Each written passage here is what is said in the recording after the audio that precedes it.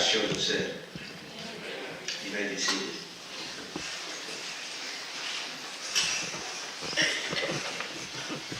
Greater love has no man but that he laid down his life for another. And that's what Christ did for us all. At this time, Paul, we're having our communion meditation.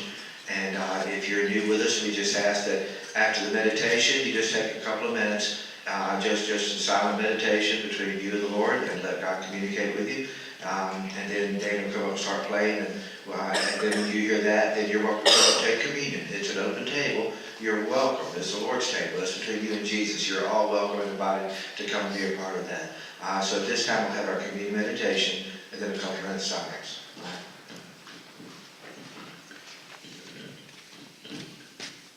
Morning, good morning. I need this.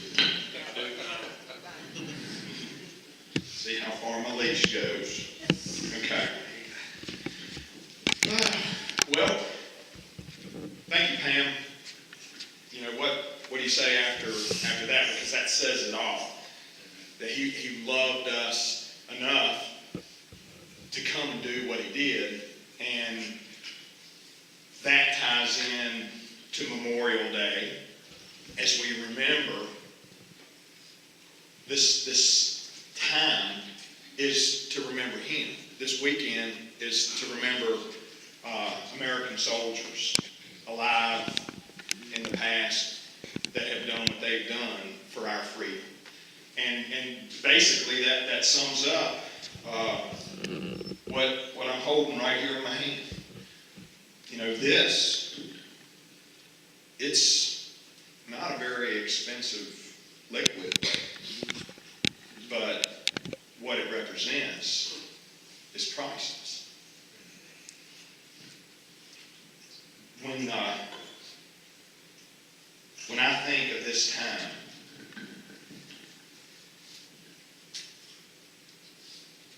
I can't help but think of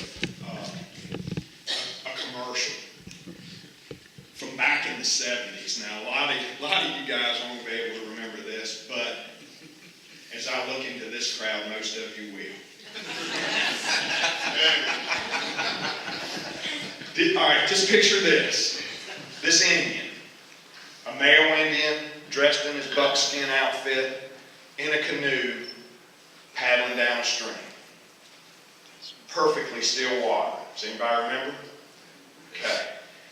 And he's in the distance, but he's coming closer to you. And as he comes closer and closer, you see his expression. There's not much of an expression, is it? Very somber. But then he gets closer and he gets closer. And then as he's approaching the shore where we are as spectators, we notice what about him? He's crying. Any of you young people, can you guess what he's crying about? Any guesses? All right, old people, what is he crying about? What we've done with this world. The pollution. Pollution in the stream, right? This Indian, he comes up, and in the distance you can't really see it, but as he comes closer, his canoe starts kind of veering through these dead fish, veering through abandoned tires and littering, and then, instead of this serene view of this pristine stream, we see the smoke in the background from industries that are just polluting the air. That commercial reminds me, and we need reminders, don't we? That's what this time is about, reminding us of what he's done. Reminds me of a commercial that I hear daily on the Christian radio station that I listen to. And it's about Medi-Share. Has anybody heard of Medi-Share? It's a deal. It's really a deal. What it is from back in December, I've been listening to this commercial daily. And back in December, we all, as Americans, had to have health insurance, right? If we didn't, we were penalized, or we're going to be penalized. And we all know this. Health insurance is very, very expensive. Our personal, our family's plan went from something that was $480 to something that was $960. It doubled. It doubled. And so we're scrambling around trying to find some other means of health care. So what do? You know, we're raising our deductible and we're cutting our coverage just to afford it. And then this commercial comes on about Medishare. And what it is a bunch of Christians that have pulled together this body of believers, and they're saying, listen, we don't want to stand for what your insurance stands for, which is when we pay our insurance premiums, we're covering people who have abortions, things that we don't believe in. And so this body of Christians came together. They said, we're not going to do that. What we're going to do is we're going to pay for each other's needs. Just that. And there is an exemption in the health care plan where if a body, a whole group come together, just like this Medishare, that we don't have to pay health care premiums as the law insinuates. But basically, as a group of Christians, you would share, if we were that body, and say Eddie has a broken arm, and that broken arm costs $17,000. He not having insurance, all of us would pitch in and we would pay. And so what happens is, instead of a $960 premium for me, on average, the people who are involved in Medishare are only paying like $320, a third of what the expenses normally are. And I was like, man, that is a good deal. You know, because I'm always looking for a way to save money. You know, there's a story in the Bible about a woman who lost her coin, right? And what did she do? She searched frantically for it. Well, we had a frantic search at my house this morning over a watch that was missing, okay? And we still haven't found the watch. But there was some, y'all ever be looking for one thing and find all kind of other stuff? Now, I don't know if I'm going to have time, but that happened to me back in December when I was looking into this Medishare. I wasn't looking for my money, just like when I've been hunting and I got lost. I never said I was lost. I just said, didn't really know where it was. Right? Y'all, some of you guys have been there. We're too proud to say that we lost, so we say, well, I just momentarily was misplaced, whatever.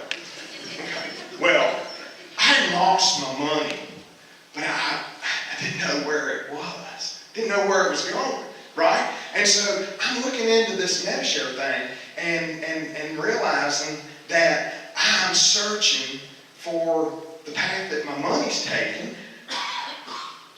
I'm looking for it. And what I discovered is why my breath stinks so bad. Y'all are like, what? When you're looking for one thing, sometimes you'll find out something else. And that was the case. And if you'll bear with me, I'm going to go into that. I called about the Medishare. And I said, this sounds really good. I can't wait to hear about it. And she says, well, it is really good. I think her name was Martha. Can't really remember. But she was a sweet old lady, as you'd expect.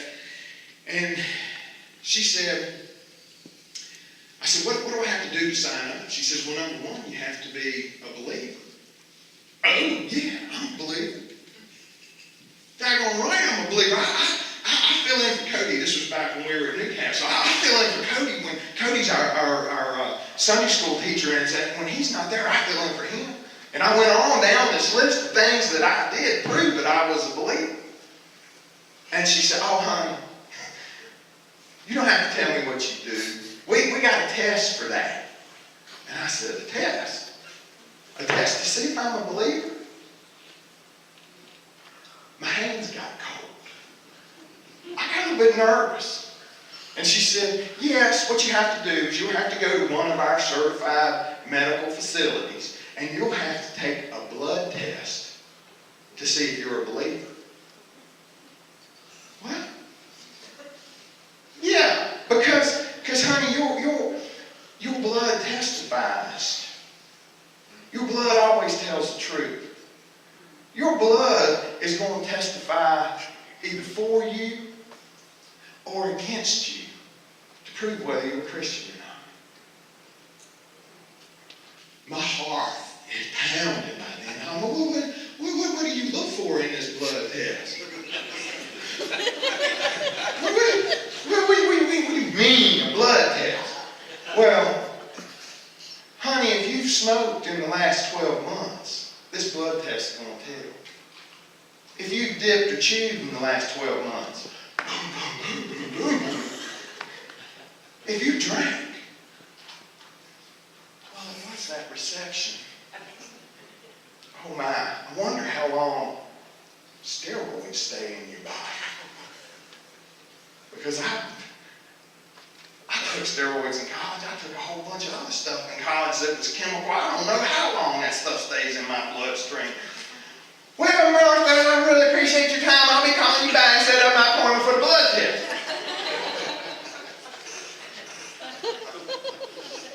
Little white light on top of my concerns in my blood, right?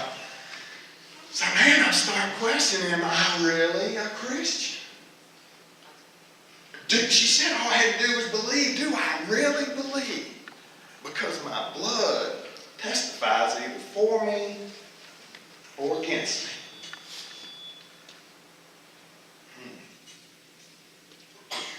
I still want to save some money. Maybe there's somebody who can take this for me. That's how I made it through high school, y'all. I'm just telling you the truth. And I thought, who can take this test for me?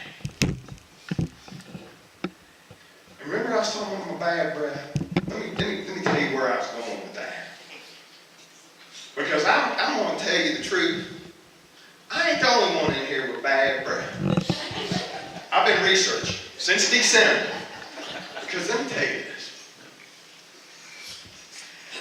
In my search to see where my money was going, I looked up on the internet top 20 things that Americans waste their money on.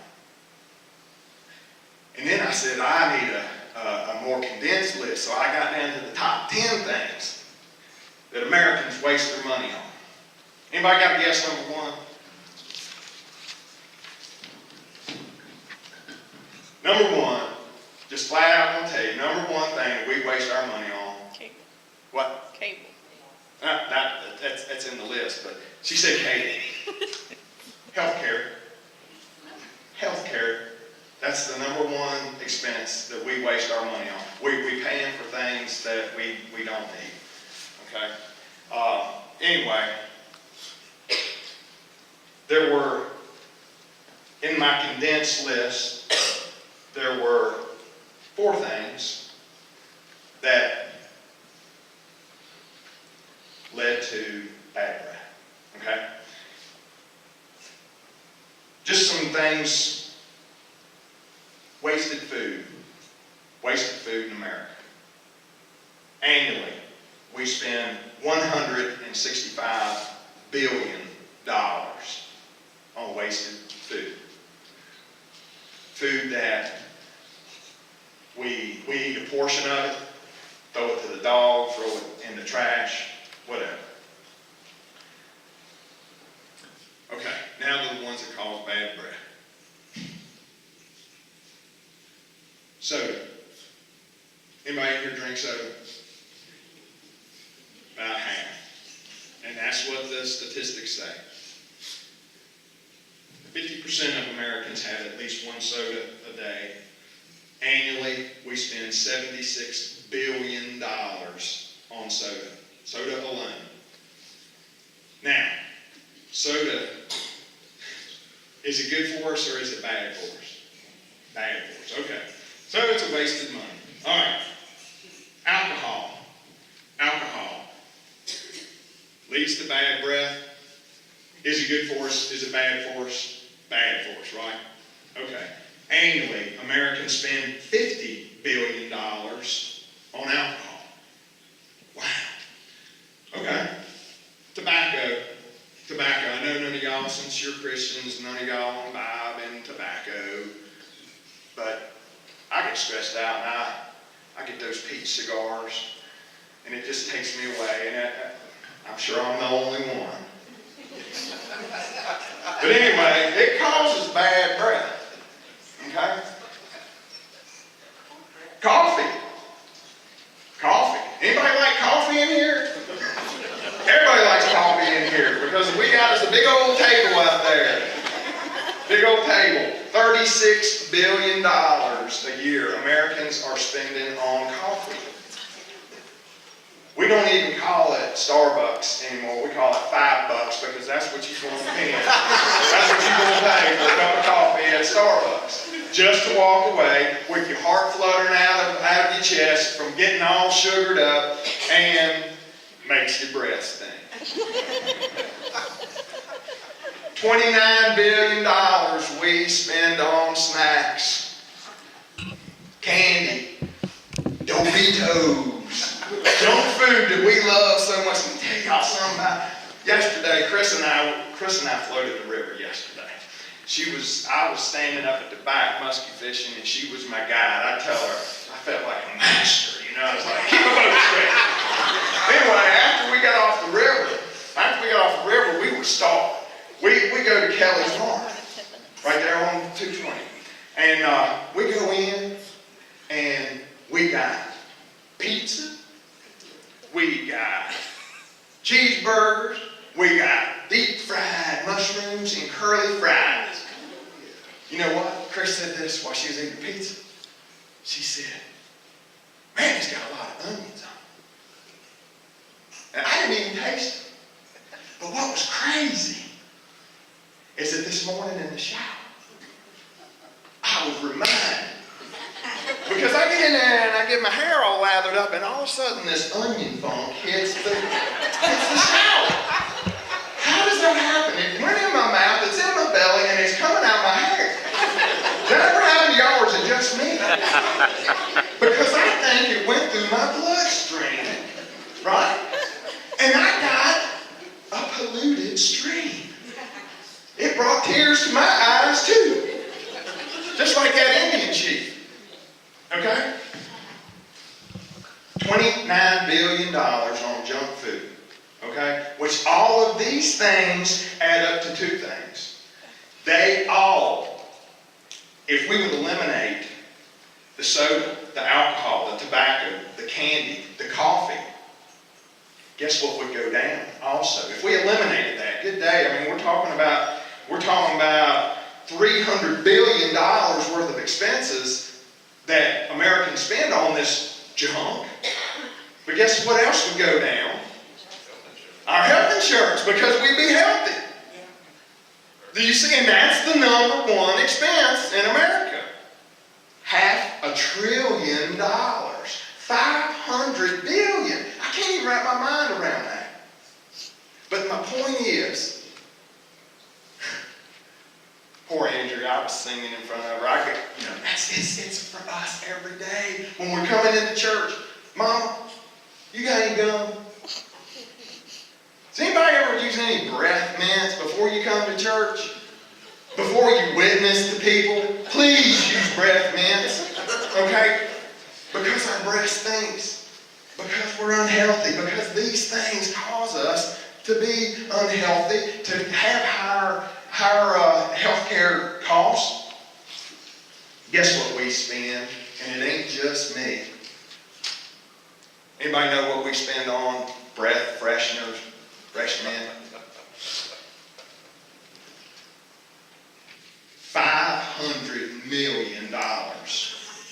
It ain't just me. I am positive, I am convinced it is not just me. Poor Andrea, what I was saying is I'm singing, right? Singing, jamming with Danny this morning. And Chris, I got my gun. And I keep it up front to protect you. And Chris says, it ain't working. I don't know how many times I've got that. It's a little 3-word speech. It ain't working. And I know what she's talking about. So I try singing, breathing in. It's hard. Anyway, that's why I'm a breath smell, y'all. But I do need somebody to take that test for me. And I ain't the only one that needs some help. Okay? And what it all boils down to is that my blood's polluted. It is. It's polluted by what comes in my mouth. I'm polluted sometimes by what comes out of my mouth.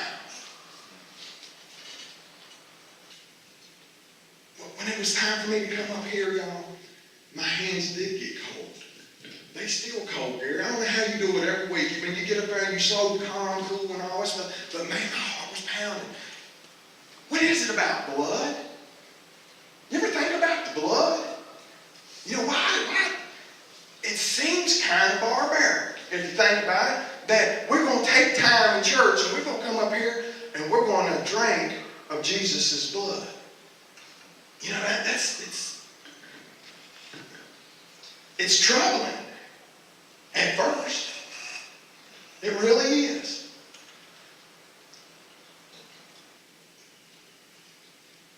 My blood is going to testify either for or against me. It always tells the truth. That's what that lady told me. My blood, when I'm scared, it runs cold. My hands are freezing right now. But when my mind takes me to somebody that has wronged me, and I start thinking about it, they're not even there, I just think about it. Sometimes my blood boils. Y'all still that? You just get all mad and all of a sudden it's like